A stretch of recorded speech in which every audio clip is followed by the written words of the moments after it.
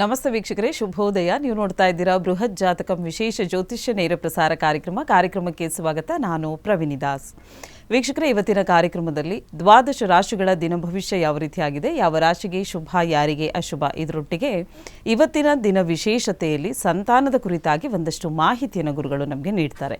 ಈ ಎಲ್ಲ ಮಾಹಿತಿಯನ್ನು ನೀಡಲಿಕ್ಕೆ ಇವತ್ತು ನಮ್ಮೊಟ್ಟಿಗೆ ಇದ್ದಾರೆ ಆಧ್ಯಾತ್ಮಿಕ ಚಿಂತಕರು, ಖ್ಯಾತ ಜ್ಯೋತಿಷಿಗಳು ಆಗಿರುವಂಥ ಶ್ರೀ ಆಚಾರ್ಯ ಗುರುಜಿಯವರು. ಮೊದಲನೇದಾಗಿ ಗುರುಜಿಯವ್ರನ್ನ ಕಾರ್ಯಕ್ರಮಕ್ಕೆ ಬರಮಾಡ್ಕೊಳ್ಳೋಣ. ಗುರುಗಳೇ ನಮಸ್ತೆ, ಕಾರ್ಯಕ್ರಮಕ್ಕೆ ಸ್ವಾಗತ. ನಮಸ್ತೆ. ಅಸ್ಮದ್ಗುರುಭ್ಯೋ ನಮಃ. ಅಖಂಡ ಮಂಡಲಾಕಾರಂ ವ್ಯಾಪ್ತಂ ಯೇನ ಚರಾಚರಂ ತತ್ಪದಂ ದರ್ಶಿತಂ ಯೇನ ತಸ್ಮೈ ಶ್ರೀ ಗುರವೇ ನಮಃ.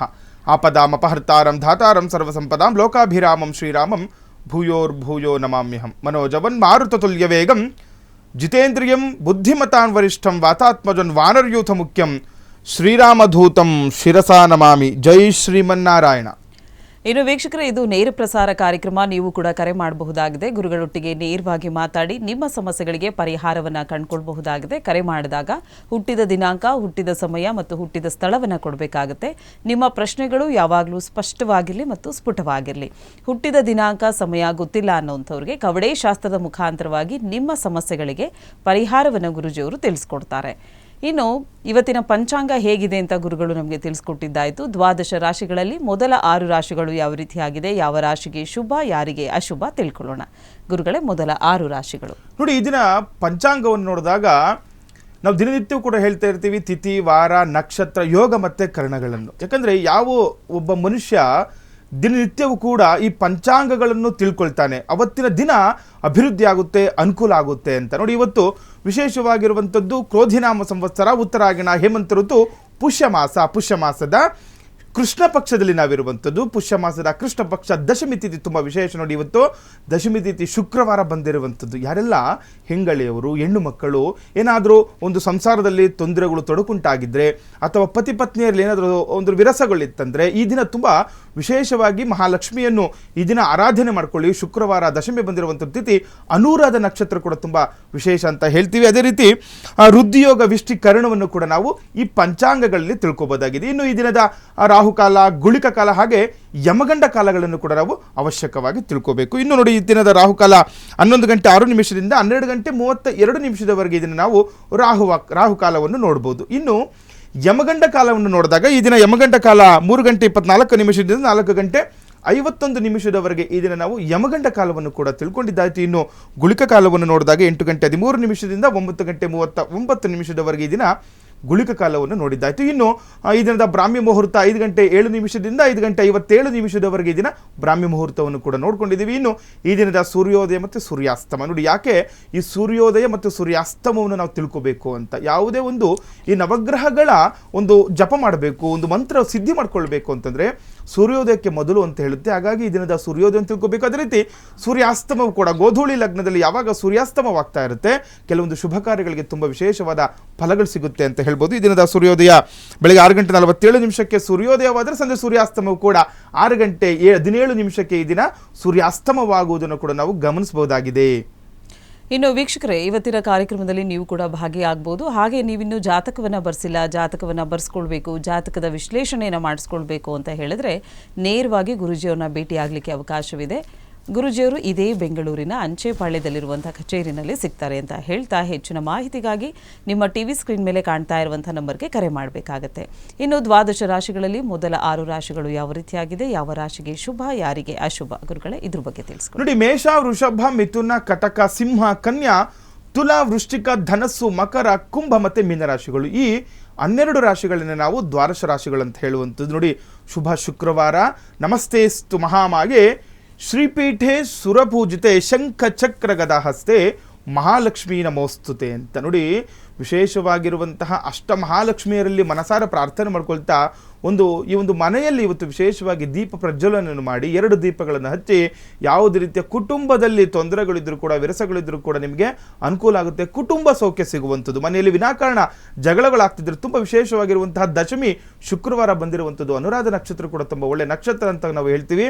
ಹಾಗಾಗಿ ಈ ದಿನ ಹೆಂಗಳೆಯರು, ಹೆಣ್ಣು ಮಕ್ಕಳು ಎಲ್ಲರ ಮನೆಯಲ್ಲಿ ಏನಿರ್ತೀರ ಯಾವುದೇ ಒಂದು ನಿಮಗೆ ಅನುಕೂಲ ಆಗಲಿ ಅಂತ ಹೇಳ್ತೀವಿ. ಇದನ್ನು ಮಾಡ್ಕೊಳ್ಳಿ, ತುಂಬ ವಿಶೇಷವಾಗಿರುವಂಥ ದಿನ. ಹಾಗೆ ಪ್ರಥಮ ರಾಶಿ ಮೇಷರಾಶಿ ನೋಡುವಂಥದ್ದು. ಈ ದಿನ ಮೇಷರಾಶಿಯವರಿಗೆ ಹೊಸ ಕೆಲಸ ಅಥವಾ ಯೋಜನೆ ಆರಂಭಿಸಲು ಶುಭ ದಿನ ಅಂತ ಹೇಳ್ತಾ ಇದೆ. ನೋಡಿ, ಯಾರೆಲ್ಲ ಈ ಮೇಷರಾಶಿಗಳು ಇರ್ತೀರ, ಅವು ಏನಾದರೂ ಹೊಸ ಕೆಲಸ ಮಾಡಬೇಕು ಅಂದ್ಕೊಂಡಿದ್ರೆ ಅಥವಾ ಹೊಸದೊಂದು ಏನಾದರೂ ಯೋಜನೆಗಳನ್ನು ಸ್ಥಾಪನೆ ಮಾಡಬೇಕು ಅಂದ್ಕೊಂಡಿದ್ರೆ ತುಂಬ ಒಳ್ಳೆ ದಿನ ಅಂತ ಹೇಳುತ್ತೆ. ಯಾಕಂದರೆ ತುಂಬ ಶುಕ್ರವಾರ ಒಳ್ಳೆ ದಿನ ಬಂದಿರುವಂಥದ್ದು, ದಶಮಿ ತಿಥಿ ಬಂದಿರುವಂಥದ್ದು, ಪುಷ್ಯ ಮಾಸದಲ್ಲಿ ಕೂಡ ಕೆಲವೊಂದು ಕಾರ್ಯಗಳನ್ನು ನಾವು ಅವಶ್ಯಕವಾಗಿ ಮಾಡ್ಕೊಳ್ಬೋದಾಗಿದೆ. ಹಾಗಾಗಿ ಏನಾದರೂ ಹೊಸದಾಗಿ ಏನಾದರೂ ಪ್ರಾರಂಭ ಮಾಡಬೇಕು ಅಂದ್ಕೊಂಡಿದ್ರೆ ಅದಕ್ಕೆ ನೀವು ಅನುಕೂಲಗಳನ್ನು ಮಾಡ್ಕೊಳ್ಳಿ, ಕೈ ಹಾಕಿ, ನಿಮಗೆ ತುಂಬ ವಿಶೇಷವಾದ ಫಲ ಸಿಗುವಂಥದ್ದು. ಮೇಷರಾಶಿಯವರಿಗೆ ಇನ್ನು ಉದ್ಯೋಗಸ್ಥರಿಗೆ ಕೆಲಸದ ಒತ್ತಡ ಕೂಡ ಹೆಚ್ಚಾಗುತ್ತೆ ಅಂತ ಹೇಳ್ತಾ ಇದೆ. ಕೆಲಸದ ಬಗ್ಗೆ ಜಾಗರೂಕತೆ ಇರಬೇಕಾಗುತ್ತೆ. ಏನಂದ್ರೆ ಕೆಲಸದ ಒತ್ತಡ ಹೆಚ್ಚಾಗುತ್ತೆ ಅಂತ ಹೇಳ್ತಾರೆ. ಯಾರೆಲ್ಲ ಉದ್ಯೋಗಸ್ಥರಿರ್ತಾರೆ, ಈಗಾಗಲೇ ಕೆಲಸ ಕಾರ್ಯಗಳನ್ನು ಮಾಡ್ಕೊಳ್ತಾ ಇರ್ತೀರ, ನೀವು ಮಾಡತಕ್ಕಂತಹ ಒಂದು ಕೆಲಸ ಕಾರ್ಯ ಉದ್ಯೋಗ ಕ್ಷೇತ್ರಗಳಲ್ಲಿ ಸ್ವಲ್ಪ ಒತ್ತಡದ ವಾತಾವರಣ ಈ ದಿನ ಸೃಷ್ಟಿಯಾಗುವಂಥದ್ದಿರುತ್ತೆ. ನೋಡಿಕೊಂಡು ಕೆಲಸ ಕಾರ್ಯಗಳನ್ನು ಮಾಡ್ಕೊಳ್ಳಿ ಈ ದಿನ ಮೇಷರಾಶಿಯವರು. ಇನ್ನು ವೃಷಭ ರಾಶಿಯವರಿಗೆ ನೋಡಿದಾಗ ಕೃಷಿ ಕ್ಷೇತ್ರದಲ್ಲಿ ಉತ್ತಮ ಲಾಭ ನಿರೀಕ್ಷಿಸಬಹುದು ಅಂತ ಹೇಳ್ತಾ ಇದೆ. ಯಾರೆಲ್ಲ ಈ ವೃಷಭ ರಾಶಿಯವರು ಕೃಷಿ ಕ್ಷೇತ್ರದಲ್ಲಿ ನಿಮ್ಮನ್ನು ನೀವು ತೊಡಗಿಸ್ಕೊಂಡಿರ್ತೀರಾ, ಕೃಷಿಯಲ್ಲಿ ಕೆಲಸ ಕಾರ್ಯಗಳನ್ನು ಮಾಡ್ಕೊಂಡಿರ್ತೀವಿ, ತೋಟಗಾರಿಕೆ ಮಾಡುವಂಥದ್ದು ಅಥವಾ ಹೊಲ ಉಳುಮೆ ಮಾಡುವಂಥದ್ದು, ಯಾರೆಲ್ಲ ಈ ರೀತಿ ಮಾಡ್ಕೊಳ್ತಾ ಇರ್ತೀರಾ ಕೃಷಿ ರಂಗದಲ್ಲಿ, ಅವ್ರಿಗೆಲ್ಲರಿಗೂ ಕೂಡ ತುಂಬ ವಿಶೇಷವಾಗಿರುವಂತಹ ಲಾಭದ ನಿರೀಕ್ಷೆ ಕೂಡ ಇದನ್ನು ನೀವು ಮಾಡ್ಬೋದು. ಏನೋ ಒಂದು ಬೆಳೆ ಬೆಳೀತಾ ಇರ್ತೀರಾ, ಸ್ವಲ್ಪ ಲಾಭ ನಷ್ಟ ಹೊಂದಿರುತ್ತೆ, ಏನಾದರೂ ಬೆಳೆ ಹಾನಿ ಆಗಿರುತ್ತೆ, ಆದರೆ ಈ ನೋಡಿ ಈ ದಿನದಿಂದ ನಿಮಗೆ ವಿಶೇಷವಾದ ಫಲ ಸಿಗುವಂಥದ್ದು, ಈ ದಿನ ಲಾಭದಾಯಕವಾಗಿರುತ್ತೆ ಅಂತಲೂ ಕೂಡ ಇದನ್ನು ಹೇಳ್ಬೋದು ಕೃಷಿ ಕ್ಷೇತ್ರದವರಿಗೆ. ಇನ್ನು ಮನೆಯಲ್ಲಿ ಶುಭ ಕಾರ್ಯಗಳಿಗೆ ಸಿದ್ಧತೆ ಕೂಡ ಹೆಚ್ಚು ಇರುತ್ತದೆ ಅಂತ ಹೇಳ್ತಾ ಇದೆ. ನೋಡಿ, ವೃಷಭ ರಾಶಿಯವರಿಗೆ ಮನೆಯಲ್ಲಿ ಶುಭ ಕಾರ್ಯಗಳು ಅಂದರೆ ಸಿದ್ಧತೆ ಕೂಡ ಹೆಚ್ಚಾಗುವಂಥದ್ದು. ನೋಡಿ, ಈಗ ಶುಭ ಕಾರ್ಯಗಳಂತ ಇದು ಯಾವುದು, ನಮಗೆಲ್ಲ ಮಾನವರಿಗೆ ಒಂದು ಕೆಲವೊಂದು ವಿಷಯಗಳಲ್ಲಿ, ಒಂದು ಮದುವೆ ವಿಚಾರನೆ ಆಗಲಿ ಅಥವಾ ಒಂದು ಮನೆ ಕಟ್ಟುವ ವಿಚಾರದಲ್ಲಿ ಆಗಲಿ ಅಥವಾ ಯಾವುದೇ ಒಂದು ಒಳ್ಳೆಯ ಒಂದು ಶುಭ ಕಾರ್ಯ ಆಗಬೇಕಂತಂದರೆ ಮನೆಯಿಂದನೇ ಆಗುವಂಥದ್ದು. ಶುಭ ಕಾರ್ಯಗಳಿಗೆ ತುಂಬ ಉತ್ತಮವಾದಂತಹ ದಿನ ಅಂತಲೂ ಕೂಡ ಈ ದಿನ ವೃಷಭ ರಾಶಿಯವರಿಗೆ ಹೇಳ್ಬೋದು. ಇದರ ಸಿದ್ಧತೆಗಳನ್ನು ಮಾಡ್ಕೊಳ್ಳಿ, ಅನುಕೂಲ ಆಗುತ್ತೆ ವೃಷಭ ರಾಶಿಯವರಿಗೆ. ಇನ್ನು ಮಿಥುನ ರಾಶಿಯವರಿಗೆ ನೋಡಿದಾಗ ವ್ಯವಹಾರದಲ್ಲಿ ಉತ್ತಮ ಅಭಿವೃದ್ಧಿ ಅಂತ ಹೇಳ್ತಾ ಇದ್ದಾರೆ. ಯಾರೆಲ್ಲ ಮಿಥುನ ರಾಶಿಗಳು ಇರ್ತೀರಾ, ಮಾಡತಕ್ಕಂತಹ ವ್ಯವಹಾರಗಳಲ್ಲಿ ಅಭಿವೃದ್ಧಿ ಆಗುತ್ತೆ. ನೋಡಿ, ಯಾವುದೋ ಒಂದು ವ್ಯವಹಾರಗಳನ್ನು ಮಾಡ್ತಾ ಇರ್ತೀರಾ ತುಂಬ ದಿನದಿಂದ, ಆದರೆ ಅದರಲ್ಲಿ ಸ್ವಲ್ಪ ಕೆಲವೊಂದು ಕುಂಠಿತ ಆಗ್ತಾ ಇರುತ್ತೆ, ಈ ದೃಷ್ಟಿದೋಷಗಳಿಂದ ಕೆಲವೊಂದು ನಷ್ಟ ಕೂಡ ಹೊಂದಿರ್ತೀರ. ಆದರೆ ಈ ದಿನದ ಅಭಿವೃದ್ಧಿಯ ಸಂಕೇತ ಇರುವಂಥದ್ದು. ಯಾವುದೇ ವ್ಯವಹಾರಗಳನ್ನು ಮಾಡ್ಕೊಳ್ಳಿ, ನಿಮಗೆ ಪೂರ್ವ ಸಿದ್ಧತೆಯಿಂದ ಮಾಡತಕ್ಕಂತಹ ಕೆಲಸ ಕಾರ್ಯ ಎಲ್ಲವೂ ಕೂಡ ಅಭಿವೃದ್ಧಿ ಆಗುತ್ತೆ ಅಂತ ಕೂಡ ಹೇಳ್ಬೋದು ಮಿಥುನ ರಾಶಿಯವರಿಗೆ. ಇಂದು ನೀವು ಹೆಚ್ಚು ಶ್ರಮ ವಹಿಸಿ ಕೆಲಸ ಮಾಡಬೇಕಾಗಿದೆ ಅಂತ ಹೇಳ್ತಾ ಇದ್ರು. ಯಾರೆಲ್ಲ ಈ ಮಿಥುನ ರಾಶಿಗಳು ಇರ್ತಾರೆ, ಸ್ವಲ್ಪ ಕಷ್ಟಪಟ್ಟು ಕೆಲಸ ಕಾರ್ಯಗಳನ್ನು ಮಾಡ್ಕೊಳ್ಬೇಕು ಅಂತ ಹೇಳ್ತಿದೆ. ಶ್ರಮವಹಿಸಿ ಕೆಲಸ ಕಾರ್ಯಗಳನ್ನು ಮಾಡ್ಕೊಳ್ಳಿ, ತುಂಬ ವಿಶೇಷವಾಗಿರುವಂತಹ ಫಲ, ತುಂಬ ಒಳ್ಳೆ ದಿನ ಅಂತಲೂ ಕೂಡ ಈ ದಿನ ಮಿಥುನ ರಾಶಿಯವರಿಗೆ ಹೇಳ್ಬೋದಾಗಿದೆ. ಕಾರ್ಯಕ್ರಮದಲ್ಲಿ ಒಂದು ಕರೆ ಸಿದ್ಧವಾಗಿದೆ. ಬೆಂಗಳೂರಿಂದ ಲೋಹಿತ್ ಅವರು ಕರೆ ಮಾಡಿದ್ದಾರೆ. ನಮಸ್ತೆ. ನಮಸ್ತೆ ಮೇಡಮ್. ಓಕೆ, ಯಾರ ಬಗ್ಗೆ ಕೇಳಬೇಕಾಗಿತ್ತು? ನಮ್ಮ ಬಗ್ಗೆನೇ ಕೇಳಬೇಕಾಯ್ತು ಮೇಡಮ್. ಹುಟ್ಟಿದ ದಿನಾಂಕ, ಸಮಯ ಹೇಳಿ ಸರ್. ಭಾನುವಾರ ಮಧ್ಯಾಹ್ನ 1 ಗಂಟೆ. ಡೇಟ್ ಆಫ್ ಬರ್ತ್ 12/12/1995, ಮೇಷರಾಶಿ. 12/12/95, ಭಾನುವಾರ ಬೆಳಗ್ಗೆ 11 ಗಂಟೆ. ಹೌದು ಮೇಡಮ್. ಹುಟ್ಟಿದ ಸ್ಥಳ ಗೊತ್ತಿದೆಯಾ? ಹಾ ಮೇಡಮ್, ದಾವಣಗೆರೆ ಜಿಲ್ಲೆ ಚನ್ನಗಿರಿ.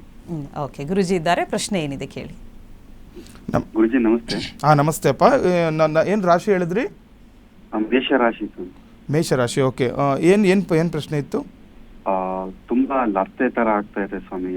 ಯಾವ ಕೆಲ್ಸಕ್ಕೂ ಕೈ ಹಾಕಿದ್ರು ಎಲ್ಲ ಜೀರೋ ಆಗ್ತಿದೆ, ಎಲ್ಲ ನೆಗೆಟಿವ್ ಆಗ್ತಾ ಇದೆ, ಎಲ್ಲದರಲ್ಲೂ ಕೂಡ ಒಂಥರ ಹೊಡ್ತಾ ಬೀಳ್ತಾ ಇದೆ ಸ್ವಾಮಿ. ಓಕೆ, ಏನ್ ಕೆಲಸ ಮಾಡ್ತಾ ಇದ್ದೀರಾ? ನಾವು ಮಾಧ್ಯಮದಲ್ಲಿ ಕೆಲಸ ಮಾಡ್ತೀವಿ ಸ್ವಾಮಿ. ಓಕೆ, ನೋಡಿ, ಏನು ತೊಂದರೆ ಇಲ್ಲ. ಇವಾಗ ನೋಡಿ, ಶನಿಯ ಪ್ರಭಾವ ನಿಮಗೆ ಲಗ್ನದಲ್ಲಿ ಶನಿ ಇರೋದ್ರಿಂದ ಏನಾಗುತ್ತೆ, ಸ್ವಂತ ಸ್ಥಳದಲ್ಲಿದ್ದರೆ, ಆದರೆ ನೋಡಿ ಯಾವುದೇ ಕೆಲಸ ಕಾರ್ಯಗಳನ್ನು ಮಾಡಿಕೊಂಡ್ರು ಕೂಡ ಕೆಲವೊಂದು ವಿಚಾರದಲ್ಲಿ ಅಡೆತಡೆಗಳು ಉಂಟಾಗ್ತಾ ಇರುತ್ತೆ. ಆದರೆ ನೋಡಿ, ಗುರುವಿನ ದೃಷ್ಟಿಯಿಂದ ನಿಮ್ಗೆ ಏನಾಗುತ್ತೆ, ಮಾಡತಕ್ಕಂತಹ ಕೆಲಸ ಕಾರ್ಯಗಳಲ್ಲಿ ಯಾವಾಗ ನೀವು ಶ್ರದ್ಧೆ ಇಟ್ಟು ಕೆಲಸ ಕಾರ್ಯಗಳನ್ನು ಮಾಡ್ಕೊಳ್ತೀರಾ, ನಿಮಗೆ ಅಭಿವೃದ್ಧಿ ಆಗುತ್ತೆ ಅಂತ ಹೇಳ್ಬೋದು. ನೋಡಿ, ನೀವು ಒಂದು ಪ್ರಯತ್ನ ಪಟ್ಟು ಒಂದು ಶನಿವಾರಗಳು ಆದಷ್ಟು ಈ ಆಂಜನೇಯ ದೇವಸ್ಥಾನಗಳಿಗೆ ಹೋಗಿ ಬನ್ನಿ, ತುಳಸಿ ಒಂದು ಅರ್ಚನೆ ಮಾಡ್ಕೊಳ್ಳಿ, ತುಂಬ ವಿಶೇಷವಾದ ಫಲ ಸಿಗುತ್ತೆ. ನೋಡಿ, ಯಾವುದೇ ರೀತಿಯ ತೊಂದರೆ ಏನಿಲ್ಲಪ್ಪ, ನಿಮಗೆ ಈ ಕೆಲಸ ಕಾರ್ಯದಲ್ಲಿ ಅಭಿವೃದ್ಧಿ ಆಗುತ್ತೆ. ಯಾಕೆಂದರೆ ಒಳ್ಳೆ ಕೆಲಸ ಕೂಡ ಮುಂದೆ ನಿಮಗೆ ಸಿಗುವಂಥದ್ದು. ಮಾರ್ಚ್ ನಂತರ ತುಂಬ ವಿಶೇಷವಾಗಿರುವಂತಹ ದಿನಗಳು ನಿಮಗೆ ಅಭಿವೃದ್ಧಿ ಆಗುತ್ತೆ. ವಿಶೇಷವಾದ ಕೆಲಸ ಕಾರ್ಯಗಳಲ್ಲಿ ಕೂಡ ಆಸಕ್ತಿ ಕೂಡ ಹೆಚ್ಚಾಗುವಂಥದ್ದು. ಆದಷ್ಟು ನೀವು ಶನಿವಾರಗಳು ಆಂಜನೇಯನ ದೇವಸ್ಥಾನಕ್ಕೆ ಆಗಲಿ ಅಥವಾ ಶನಿದೇವರ ದೇವಸ್ಥಾನಗಳಿಗೆ ಹೋಗ್ತಾ ಇರಿ, ತುಂಬ ವಿಶೇಷವಾದ ಫಲ ಸಿಗುವಂಥದ್ದು, ಅಭಿವೃದ್ಧಿ ಕೂಡ ಆಗುತ್ತೆ ನಿಮಗೆ. ಕಾರ್ಯಕ್ರಮಕ್ಕೆ ಕರೆ ಮಾಡಿದ್ದಕ್ಕಾಗಿ ಧನ್ಯವಾದಗಳು. ನಿಮ್ಮ ಸಮಸ್ಯೆಯನ್ನು ಆಲಿಸಿ ಅದಕ್ಕೆ ತಕ್ಕಂತಹ ಮಾಹಿತಿಯನ್ನು, ಪರಿಹಾರವನ್ನು ಗುರುಜಿಯವರು ತಿಳಿಸ್ಕೊಟ್ಟಿದ್ದಾರೆ. ಇನ್ನು ಗುರುಜಿಯವ್ರನ್ನ ನೀವು ನೇರವಾಗಿ ಬಂದು ಸಂಪರ್ಕಿಸಬೇಕು ಅನ್ನೋದಾದರೆ ನಿಮ್ಮ ಟಿವಿ ಸ್ಕ್ರೀನ್ ಮೇಲೆ ಕಾಣ್ತಾ ಇರುವಂಥ ನಂಬರ್ಗೆ ಕರೆ ಮಾಡಬೇಕಾಗತ್ತೆ ಅಂತ ಹೇಳ್ತಾ, ಇನ್ನು ಮುಂದಿನ ರಾಶಿ ಯಾವ ರೀತಿಯಾಗಿದೆ ಅನ್ನೋದನ್ನ ಗುರುಜಿಯವರು ತಿಳಿಸ್ಕೊಡ್ತಾರೆ. ನೋಡಿ, ಕಟಕ ರಾಶಿಯವರಿಗೆ ನೋಡಿದಾಗ ಈ ದಿನ ಈ ಕಟಕ ರಾಶಿಯವರು ಯಾರೆಲ್ಲ ಟ್ರಾವೆಲ್ಸ್ ವ್ಯವಹಾರದಲ್ಲಿ ಕೆಲಸ ಮಾಡ್ತಿರ್ತಾರೆ ಅವ್ರಿಗೆ ಒತ್ತಡ ಹೆಚ್ಚಾಗುವಂಥದ್ದು. ನೋಡಿ, ಕರ್ಕಾಟಕ ರಾಶಿಯವರು, ಏನು ಕಟಕ ರಾಶಿ ಅಂತ ಕರಿತೀವಿ, ಅವ್ರು ನೋಡ್ಕೊಳ್ಬೇಕು.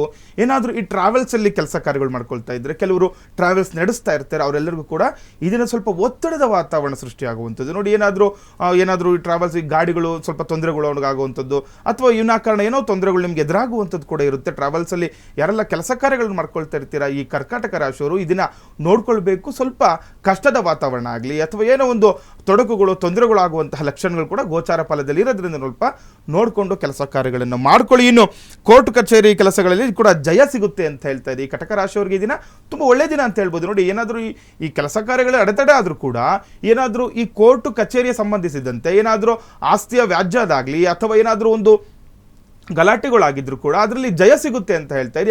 ಯಾವಾಗ ನಮ್ಮ ಕಡೆ ಅನುಕೂಲದ ವಾತಾವರಣಗಳು ಸೃಷ್ಟಿಯಾಗುತ್ತೆ, ನಮ್ಮ ಕಡೆ ಯಾವಾಗ ಒಂದು ಜಯ ಬರುತ್ತೆ, ಅವಾಗ ಮಾಡತಕ್ಕಂತಹ ಕೆಲಸ ಕಾರ್ಯಗಳೆಲ್ಲವೂ ಕೂಡ ಅಭಿವೃದ್ಧಿ ಆಗುತ್ತೆ. ಕರ್ಕಾಟಕ ರಾಶಿಯವರಿಗೂ ಕೂಡ ಕೋರ್ಟ್ ವಿಷಯವಾಗಿ ದಿನ ತುಂಬ ಒಳ್ಳೆ ದಿನ ಅಂತಲೂ ಕೂಡ ಹೇಳ್ಬೋದು ಕಟಕ ರಾಶಿಯವರಿಗೆ. ಇನ್ನು ಈ ಸಿಂಹರಾಶಿಯವರಿಗೆ ನೋಡಿದಾಗ ಕಳೆದ ಕೆಲ ಕಾಲಗಳಿಂದ ಬಾಧಿಸುತ್ತಿರುವ ಸಮಸ್ಯೆಗಳು ನಿವಾರಣೆ ಆಗುತ್ತೆ ಅಂತ ಹೇಳ್ತಾ ಇದೆ. ನೋಡಿ, ಯಾರೆಲ್ಲ ಸಿಂಹರಾಶಿಗಳು ಇರ್ತೀರಾ, ತುಂಬ ಕಷ್ಟಪಟ್ಟಿರ್ತೀರ. ತುಂಬ ದಿನಗಳ ಹಿಂದೆ ಸ್ವಲ್ಪ ನಾವು ಹೋದ ವರ್ಷ ಎಲ್ಲ ನಾವು ಹೇಳ್ತಾ ಇರ್ತೀವಿ, ಸಾಮಾನ್ಯವಾಗಿ ಸಿಂಹರಾಶಿಯವರು ಸ್ವಲ್ಪ ಕಷ್ಟದ ವಾತಾವರಣ ಇರುತ್ತೆ. ಆದರೆ ಕಳೆದ ಬಾರಿ ಏನಾದರೂ ಕಷ್ಟಗಳು ಬಾಧಿತವಾಗಿದ್ದರೆ ನಿಮಗೆ ಇವಾಗೆಲ್ಲ ಅಭಿವೃದ್ಧಿ ಆಗುತ್ತೆ. ನೋಡಿ, ಈ ವರ್ಷ ಒಳ್ಳೆಯ ಒಂದು ದಿನಗಳು ಬರುವಂಥದ್ದು, ಈ ದಿನ ಕೂಡ ತುಂಬ ವಿಶೇಷವಾಗಿರೋದು. ಕಷ್ಟದಲ್ಲಿ ಏನೇ ಇದ್ರೂ ಕೂಡ ಅವೆಲ್ಲವಕ್ಕೂ ಕೂಡ ನಿಮಗೆ ಅನುಕೂಲದ ವಾತಾವರಣ ಸೃಷ್ಟಿಯಾಗುತ್ತೆ, ಸಮಸ್ಯೆಗಳು ನಿವಾರಣೆ ಆಗುತ್ತೆ ಅಂತ ಹೇಳ್ಬೋದು. ಇನ್ನು ಉದ್ಯೋಗ ಬದಲಾವಣೆ ಸಾಧ್ಯತೆ ಕೂಡ ಹೆಚ್ಚಾಗಿರುವಂಥದ್ದು. ನೋಡಿ, ಸಿಂಹರಾಶಿಯವರಿಗೆ ಉದ್ಯೋಗ ಬದಲಾವಣೆ ಆಗುವಂತಹ ಸಾಧ್ಯತೆ ಕೂಡ ಹೆಚ್ಚಾಗಿರುತ್ತೆ ಅಂತ. ಏನಾದರೂ ಕೆಲಸ ಕಾರ್ಯಗಳಲ್ಲಿ ಕಿರಿಕಿರಿ ಉಂಟಾಗಿದ್ರೆ, ಅಲ್ಲಿ ಕೆಲಸ ಮಾಡೋಕೆ ಆಗ್ತಾ ಇಲ್ಲ ಅಂತಂದ್ರೆ ಅವಶ್ಯಕವಾಗಿ ನೀವು ಬದಲಾವಣೆಯನ್ನು ಮಾಡ್ಕೊಳ್ಳಿ, ನಿಮಗೆ ಅನುಕೂಲ ಆಗುತ್ತೆ ಅಂತ ಕೂಡ ಹೇಳ್ಬೋದು ಸಿಂಹರಾಶಿಯವರಿಗೆ. ಇನ್ನು ಕನ್ಯಾ ರಾಶಿಯವರಿಗೆ ನೋಡಿದಾಗ ಮಿತ್ರರ ಸಹಾಯದಿಂದ ಮಹತ್ತರ ಕೆಲಸ ಒಂದು ಪೂರ್ಣಗೊಳ್ಳುತ್ತೆ ಅಂತ. ನೋಡಿ, ಯಾರೆಲ್ಲ ಕನ್ಯಾ ರಾಶಿಗಳು ಇರ್ತೀರ, ನಿಮ್ಮ ಸಹ ಮಿತ್ರರ ಸಹಾಯದಿಂದ ನೀವು ಅಂದುಕೊಂಡಂತಹ ಕೆಲಸ ಕಾರ್ಯಗಳಲ್ಲಿ ಜಯ ಸಿಗುತ್ತೆ, ವಿಜಯ ಆಗುತ್ತೆ, ಅನುಕೂಲ ಕೂಡ ಆಗುವಂಥದ್ದು ಮಿತ್ರರ ಸಹಕಾರದಿಂದ ಅಂತ ಹೇಳ್ಬೋದು. ಇನ್ನು ಸಾಂಸ್ಕೃತಿಕ ಕಾರ್ಯಕ್ರಮಗಳಲ್ಲಿ ಭಾಗವಹಿಸುತ್ತೀರಿ ಅಂತಲೂ ಕೂಡ ಹೇಳ್ತಾ ಇದ್ದೆ. ನೋಡಿ, ವಿಶೇಷವಾಗಿರುವಂಥದ್ದು ಕನ್ಯಾ ರಾಶಿಯವರಿಗೆ ಏನಾದರೂ ಈ ಸಾಂಸ್ಕೃತಿಕ ಕಾರ್ಯಕ್ರಮವು, ಧಾರ್ಮಿಕ ಕಾರ್ಯಕ್ರಮಗಳಲ್ಲಿ ಭಾಗವಹಿಸಿ ನಿಮಗೆ ವಿಶೇಷವಾದ ಫಲ ಸಿಗುವಂಥದ್ದು, ಅನುಕೂಲ ಆಗುವಂಥದ್ದು ಕೂಡ ಇದನ್ನ ನೋಡಬಹುದು ಕನ್ಯಾ ರಾಶಿಯವರಿಗೆ. ಇನ್ನು ವೀಕ್ಷಕರೇ, ದ್ವಾದಶ ರಾಶಿಗಳಲ್ಲಿ ಮೊದಲ 6 ರಾಶಿಗಳು ಯಾವ ರೀತಿಯಾಗಿತ್ತು, ಯಾವ ರಾಶಿಗೆ ಶುಭ, ಯಾರಿಗೆ ಅಶುಭ ಗುರುಗಳು ತಿಳಿಸ್ಕೊಟ್ಟಿದ್ದಾರೆ, ಇನ್ನುಳಿದ ರಾಶಿಗಳ ಕುರಿತಾಗಿ ಒಂದಷ್ಟು ಮಾಹಿತಿಯನ್ನು ನೀಡ್ತೀವಿ. ಅದಕ್ಕಿಂತ ಮುಂಚಿತವಾಗಿ ದ್ವಾದಶ ರಾಶಿಗಳಲ್ಲಿ ಮೊದಲ 6 ರಾಶಿಗಳ ಕುರಿತಾಗಿ ಒಂದಷ್ಟು ಮಾಹಿತಿಯನ್ನು ಗುರುಗಳು ನಮಗೆ ನೀಡಿದ್ದಾರೆ. ಇನ್ನುಳಿದ 6 ರಾಶಿಗಳು ಯಾವ ರೀತಿಯಾಗಿದೆ ತಿಳ್ಕೊಳ್ಳೋಣ. ಗುರುಗಳೇ, ಮುಂದಿನ ರಾಶಿ ತುಲಾ ರಾಶಿ. ನೋಡಿ, ಈ ತುಲಾ ರಾಶಿಯವರಿಗೆ ನಾವು ಇದನ್ನ ನೋಡಿದಾಗ ವಿಶೇಷವಾಗಿ ಹೆಚ್ಚು ಕೆಲಸದ ಒತ್ತಡ ಉಂಟಾಗುತ್ತೆ ಅಂತ ಹೇಳ್ತಾ ಇದೆ. ನೋಡಿ, ಕೆಲಸದಲ್ಲಿ ಒತ್ತಡ ಜಾಸ್ತಿ ಅಂತ ಅಂದ್ರೆ ಇದನ್ನೇನಾದರೂ ಈ ತುಲಾ ರಾಶಿಯವರು ಕೆಲಸ ಕಾರ್ಯಗಳಲ್ಲಿ ನಿಮ್ಮನ್ನು ನೀವು ತೊಡಗಿಸಿಕೊಂಡಾಗ ಮಾಡ್ತಕ್ಕಂಥ ಕೆಲವೊಂದು ದಿನಗಳಿಂದ ಏನಾಗಿರುತ್ತೆ, ತುಂಬ ಚೆನ್ನಾಗಿ ತುಂಬ ಈಸಿಯಾಗಿ ಕೆಲಸ ಕಾರ್ಯಗಳು ಮಾಡ್ಕೊಂಡಿರ್ತೀರ. ಆದರೆ ಇವತ್ತು ಸ್ವಲ್ಪದ ಒತ್ತಡದ ವಾತಾವರಣನೂ ಸ್ವಲ್ಪ ಗಲಿಬಿಲಿ ಆಗುವಂಥದ್ದು ಈ ರೀತಿ ಇರೋದ್ರಿಂದ ಇವತ್ತು ನೋಡಿಕೊಂಡು ಈ ದಿನ ಕೆಲಸ ಕಾರ್ಯಗಳನ್ನು ಮಾಡ್ಕೊಳ್ಬೇಕು. ಇನ್ನು ಆರೋಗ್ಯದ ಬಗ್ಗೆ ಕೂಡ ಎಚ್ಚರ ವಹಿಸುವುದು ಸೂಕ್ತ ಅಂತ ಹೇಳ್ತಾ ಇದೆ. ನೋಡಿ, ಸುಮ್ಮನೆ ಕೆಲಸದ ಒತ್ತಡದಕ್ಕೆ ಹಾಕಿ ಈಗ ನೋಡಿ ಊಟ ಮಾಡದೇ ಇರುವಂಥದ್ದು ಅಥವಾ ಸುಮ್ಮನೆ ವಿನಾಕಾರಣ ಈ ತಲೆನೋವುಗಳು ಬರುವಂಥದ್ದು ಈ ರೀತಿ ಏನಾದರೂ ಆಯಿತು ಅಂದರೆ ಅವಶ್ಯಕವಾಗಿ ನೀವು ಆರೋಗ್ಯದ ಕಡೆ ಗಮನವನ್ನು ಕೊಡಬೇಕು. ತುಲಾರಾಶಿಯವರು ಏನಾದರೂ ಸಣ್ಣ ಪುಟ್ಟ ಸಮಸ್ಯೆ ಕಂಡ್ರೂ ಕೂಡ ಅದಕ್ಕೆ ತಕ್ಕಂತಹ ಪರಿಹಾರಗಳನ್ನು ನೀವು ಇದನ್ನು ತುಲಾರಾಶಿಯವರು ಮಾಡ್ಕೊಳ್ಬೇಕು. ಇನ್ನು ವೃಶ್ಚಿಕ ರಾಶಿಯವರಿಗೆ ನೋಡಿದಾಗ ನಿಮ್ಮ ವ್ಯಾಪಾರ ವ್ಯವಹಾರಗಳು ಸುಲಭವಾಗಿ ಸಾಗುತ್ತೆ ಅಂತ ಹೇಳ್ತಾರೆ. ಯಾರೆಲ್ಲ ವೃಶ್ಚಿಕ ರಾಶಿಗಳು ಇರ್ತೀರಾ, ಮಾಡತಕ್ಕಂತಹ ವ್ಯಾಪಾರ ವ್ಯವಹಾರಗಳಲ್ಲಿ ತುಂಬ ಅಭಿವೃದ್ಧಿ ಆಗುತ್ತೆ, ಅನುಕೂಲ ಆಗುತ್ತೆ, ಸುಲಭ ರೀತಿಯಲ್ಲಿ ಕೆಲಸ ಕಾರ್ಯಗಳು ಕೂಡ ನಡೆದೋಗುತ್ತೆ ಅಂತ ಹೇಳ್ತಾ ಇದೆ. ಇನ್ನು ಇಂದು ನೀವು ಒಳ್ಳೆಯ ದಿನವನ್ನು ಕೂಡ ಕಳಿತೀರಾ ಅಂತ ಹೇಳ್ತಾ ಇದೆ. ತುಂಬ ಶುಭ ದಿನ ಅಂತ ಹೇಳ್ಬೋದು ವೃಶ್ಚಿಕ ರಾಶಿಯವರಿಗೆ. ಒಳ್ಳೆಯ ದಿನನೂ ಕೂಡ ಕಳಿತೀರಾ ಈ ದಿನ ಅಂತಲೂ ಕೂಡ ಇದೇ ಜಾತಕ ಫಲದಲ್ಲಿ ವೃಶ್ಚಿಕ ರಾಶಿಯವರಿಗೆ.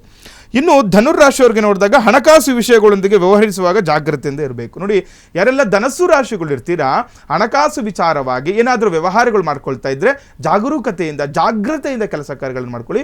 ಮೋಸ ಹೋಗುವ ಸಾಧ್ಯತೆ ಹೆಚ್ಚಾಗಿದೆ ಅಂತ ಹೇಳ್ತಾ ಇದೆ ಜಾತಕ ಫಲದಲ್ಲಿ. ಹಾಗಾಗಿ ಇದನ್ನು ವ್ಯವಹರಿಸುವಾಗ ಜಾಗ್ರತೆಯಿಂದ ಮಾಡ್ಕೊಳ್ಬೇಕು ಧನುರಾಶಿಯವರು. ಇಂದು ಮಿತ್ರರಿಂದ ಬೆಂಬಲ ಕೂಡ ಸಿಗುವಂಥದ್ದು, ಯಾವುದೇ ವಿಚಾರವಾಗಿ ಆಗಲಿ ನಿಮ್ಮ ಸ್ನೇಹಿತರಿಂದನೂ ಕೂಡ ನಿಮಗೆ ಇದನ್ನ ಬೆಂಬಲ ಸಿಗುವಂಥದ್ದು ಕೂಡ ನೋಡ್ಬೋದು ಧನುರಾಶಿಯವ್ರಿಗೆ. ಇನ್ನು ಮಕರ ರಾಶಿಯವರಿಗೆ ನೋಡಿದಾಗ ಮನೋರಂಜನೆಗಾಗಿ ಯೋಚಿಸುವ ಸಮಯ ಇದು ಅಂತ ಹೇಳ್ತಾ ಇದೆ. ಯಾರೆಲ್ಲ ಮಕರ ರಾಶಿಯವರು ತುಂಬ ದಿನದಿಂದ ಕಷ್ಟಪಟ್ಟು ಕೆಲಸ ಕಾರ್ಯಗಳು ಮಾಡ್ಕೊಂಡಿರ್ತೀರಾ, ವ್ಯಾಪಾರ ಉದ್ಯೋಗಗಳನ್ನು ಮಾಡ್ಕೊಂಡಿರ್ತೀರಾ, ನೋಡಿ ಇದನ್ನು ನೀವು ವಿಶೇಷವಾಗಿ ಮನೋರಂಜನೆಗೋಸ್ಕರನೋ ಮತ್ತೆ ಏನಾದರೂ ಒಂದು ವಿಷಯ ಕುಟುಂಬದಲ್ಲಿ ಜೊತೆ ಒಂದು ಸಮಯ ಕಳೆಯುವಂಥದ್ದು ಮಾಡ್ಕೊಳ್ಳಿ, ತುಂಬ ಅನುಕೂಲ ಆಗುವಂಥದ್ದು ನೋಡ್ಬೋದು ಮಕರ ರಾಶಿಯವರಿಗೆ. ಇನ್ನು ಹಣ ಹೂಡಿಕೆದಾರರಿಗೆ ಹೆಚ್ಚು ಲಾಭ ಕೂಡ ಇರುವಂಥದ್ದು. ನೋಡಿ, ಹಣ ಹೂಡಿಕೆ ಮಾಡುವಂಥವ್ರಿಗೆ ತುಂಬ ಲಾಭದಾಯಕವಾಗಿರುತ್ತೆ. ಕೆಲವರು ನೋಡಿ ಇನ್ವೆಸ್ಟ್ಮೆಂಟ್ ಮಾಡ್ತಾ ಇರ್ತಾರೆ, ತುಂಬ ಕಡೆ ಹಣ ಹೂಡಿಕೆ ಮಾಡ್ತಾ ಇರ್ತಾರೆ, ಅವರೆಲ್ಲರಿಗೂ ಕೂಡ ತುಂಬ ಒಳ್ಳೆಯ ದಿನ ಅಂತಲೂ ಕೂಡ ಇದನ್ನು ಮಕರ ರಾಶಿಯವರಿಗೆ ಹೇಳ್ಬೋದಾಗಿದೆ. ಇನ್ನು ಕುಂಭರಾಶಿಯವರಿಗೆ ನೋಡಿದಾಗ ದೂರದ ಪ್ರಯಾಣದಲ್ಲಿ ಧನಲಾಭ ಅಂತ ನೋಡಿ. ಅಲ್ಲೆಲ್ಲ ಯಾರೆಲ್ಲ ಕುಂಭರಾಶಿಗಳು ಇರ್ತೀರಾ, ಏನಾದರೂ ಪ್ರಯಾಣ ಇತ್ತು ಅಂತಂದರೆ ತುಂಬ ದೂರ ಹೋಗಿ ಹೊರಗಡೆ ಏನಾದರೂ ಪ್ರಯಾಣ ಮಾಡಿಕೊಂಡು ಕೆಲಸದ ನಿಮಿತ್ತ ಹೋಗ್ಬೇಕಂತಿದ್ರೆ ಹೋಗಿ ನಿಮಗೆ ಈ ದಿನ ಧನಲಾಭ ಆಗುವಂಥದ್ದು ಕೂಡ ಇರುತ್ತೆ ಕುಂಭರಾಶಿಯವರಿಗೆ. ಇನ್ನು ಅಪರಿಚಿತರ ವ್ಯಕ್ತಿರೊಂದಿಗೆ ವ್ಯವಹರಿಸುವಾಗ ಅಂದರೆ ತುಂಬ ಜಾಗೃತಿ ವಹಿಸಬೇಕು, ಅದು ಸೂಕ್ತವಲ್ಲ ಅಂತ ಹೇಳ್ತಾ ಇದೆ. ಅಪರಿಚಿತರೊಂದಿಗೆ ನಿಮಗೆ ಗೊತ್ತಿಲ್ಲದಿರೋ ಒಬ್ಬ ಮನುಷ್ಯನ ಜೊತೆ ಏನಾದರೂ ವ್ಯವಹಾರ ಇತ್ತು ಅಂತಂದರೆ ಅದನ್ನು ನೋಡಿಕೊಂಡು ಜಾಗ್ರತೆಯಿಂದ ಇವತ್ತು ವ್ಯವಹಾರಗಳನ್ನು ಮಾಡ್ಕೊಳ್ಳಿ, ಯಾಕಂದರೆ ಆ ಕೆಲಸ ಬೇಡ ಅಂತ ಇದನ್ನು ಹೇಳುವಂಥದ್ದು ಸೂಕ್ತವಲ್ಲ ಅಂತ ಹೇಳ್ತಾ ಇದೆ ಕುಂಭರಾಶಿಯವರಿಗೆ. ಕಡೆಯ ರಾಶಿ ಮೀನರಾಶಿ ನೋಡಿ. ಈ ದಿನ ಮೀನರಾಶಿಯವರಿಗೆ ಪಿತ್ರಾರ್ಜಿತ ಆಸ್ತಿ ವ್ಯವಹಾರದಲ್ಲಿ ವಿವಾದಗಳು ಹೆಚ್ಚಾಗುತ್ತೆ ಅಂತ ಹೇಳ್ತಾ ಇದೆ. ನೋಡಿ, ಮೀನರಾಶಿಯವರು ನೋಡ್ಕೊಳ್ಬೇಕು, ಪಿತ್ರಾರ್ಜಿತ ಆಸ್ತಿ ವಿಚಾರ ನಿಮ್ಮ ಆಸ್ತಿ ಅಲ್ಲ. ಅಂದರೆ ಈಗ ನೋಡಿ, ಸ್ವಯಂ ಆಸ್ತಿ ಕೆಲವರು ಮಾಡ್ಕೊಂಡಿರ್ತಾರೆ, ಅದರಿಂದ ತೊಂದರೆ ಆಗಲ್ಲ. ಆದರೆ ಪಿತ್ರಾರ್ಜಿತ ಆಸ್ತಿ ವಿಚಾರವಾಗಿ ನಿಮಗೆ ಈ ದಿನ ತೊಂದರೆಗಳು ಕಾಣುವಂಥದ್ದು, ಸುಮ್ಮನೆ ವಿನಾಕಾರಣ ಜಗಳಗಳು, ತೊಡಕುಗಳು, ತೊಂದರೆಗಳಾಗುವಂಥದ್ದು ಕೂಡ ಈ ದಿನ ಗೋಚಾರ ಫಲದಲ್ಲಿ ಇರುವಂಥದ್ದು. ಇನ್ನು ಆರೋಗ್ಯದ ಚೇತರಿಕೆ ಕೂಡ ಕಾಣುವಂಥದ್ದು, ಆರೋಗ್ಯದಲ್ಲಿ ಅಭಿವೃದ್ಧಿ ಆಗುತ್ತೆ, ಚೇತರಿಕೆ ಕಾಣುತ್ತೆ. ಇನ್ನು ವ್ಯಾಪಾರಗಳಿಗೆ ಉತ್ತಮ ಲಾಭ ಕೂಡ ಸಿಗುವಂಥದ್ದು ಮೀನರಾಶಿಯವರಿಗೆ ಈ ದಿನ ನೋಡ್ಬೋದಾಗಿದೆ. ಅಂದರೆ ನೋಡಿ, ವ್ಯಾಪಾರಸ್ಥರು ಯಾರೆಲ್ಲ ಇರ್ತೀರಾ ತುಂಬ ಲಾಭದಾಯಕವಾಗುತ್ತೆ, ಅನುಕೂಲ ಆಗುತ್ತೆ ಅಂತ ಕೂಡ ಹೇಳ್ಬೋದು ಮೀನರಾಶಿಯವರಿಗೆ.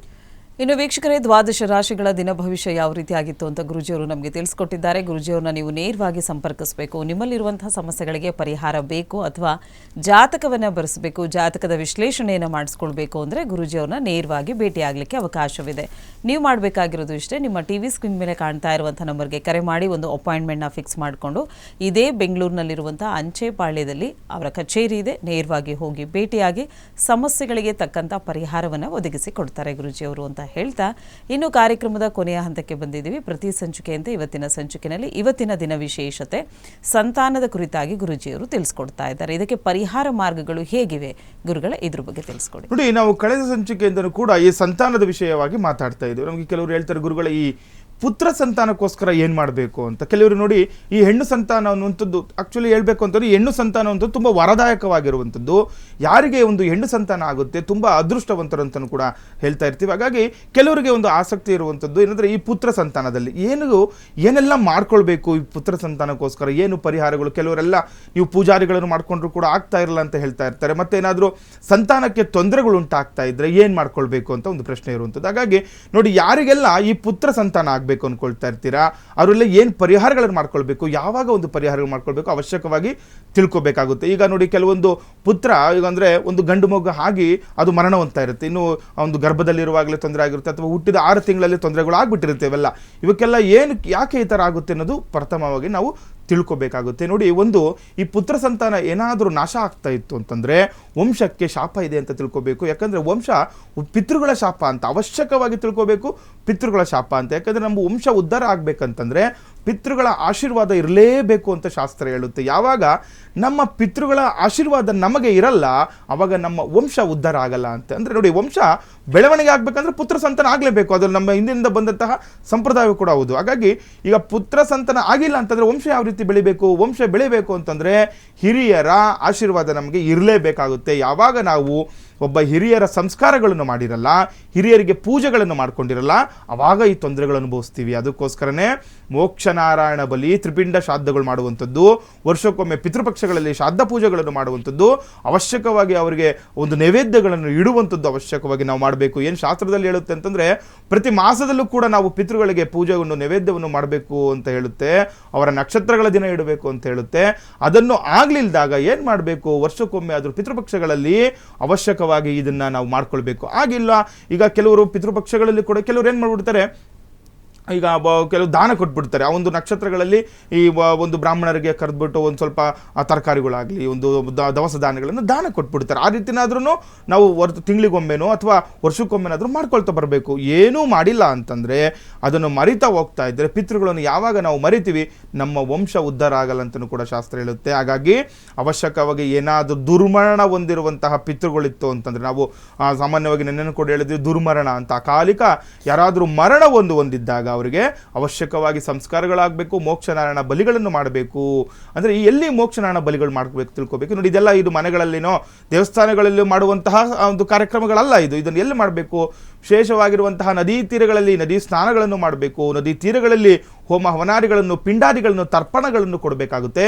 ಇದರ ಮತ್ತೆ ಕೆಲವು ಸಮುದ್ರ ತೀರಗಳಲ್ಲಿ ಕೂಡ ನೋಡಿ, ಗೋಕರ್ಣದಲ್ಲಿ ಸಮುದ್ರ ತೀರದಲ್ಲಿ ಇದನ್ನು ನಾವು ಮಾಡ್ತಿರ್ತೀವಿ. ಯಾಕಂದರೆ ಯಾವಾಗ ಒಂದು ನೀರಿನ ಒಂದು ಅಲೆ, ಒಂದು ನೀರಿನ ಸೆಳವು ಇರುತ್ತೆ, ಆ ಒಂದು ಸ್ಥಳಗಳಲ್ಲಿ ನಮ್ಮ ಯಾವುದೇ ತೊಂದರೆಗಳಿದ್ರೂ ಕೂಡ ಹರಿದು ಹೋಗಲಿ, ನಮಗೇನಾದರೂ ಶಾಪಗಳಿದ್ರೂ ಕೂಡ ಹೋಗಲಿ, ಮೋಕ್ಷ ನಮಗೆ ಸಿಗಲಿ ಅಂತ ಮಾಡತಕ್ಕಂಥ ಕೆಲಸ ಕಾರ್ಯಗಳು ಈ ರೀತಿ ಮಾಡಿಕೊಂಡಾಗ ವಿಶೇಷವಾಗಿರುವಂತಹ ಪುತ್ರ ಸಂತಾನ ಆಗುವಂಥದ್ದು. ಇನ್ನು ಪುತ್ರ ಸಂತಾನಕ್ಕೆ ನಾವು ನವಗ್ರಹಗಳಲ್ಲಿ ಬಂದಾಗ ಗುರುಗ್ರಹವನ್ನು ನೋಡ್ತೀವಿ.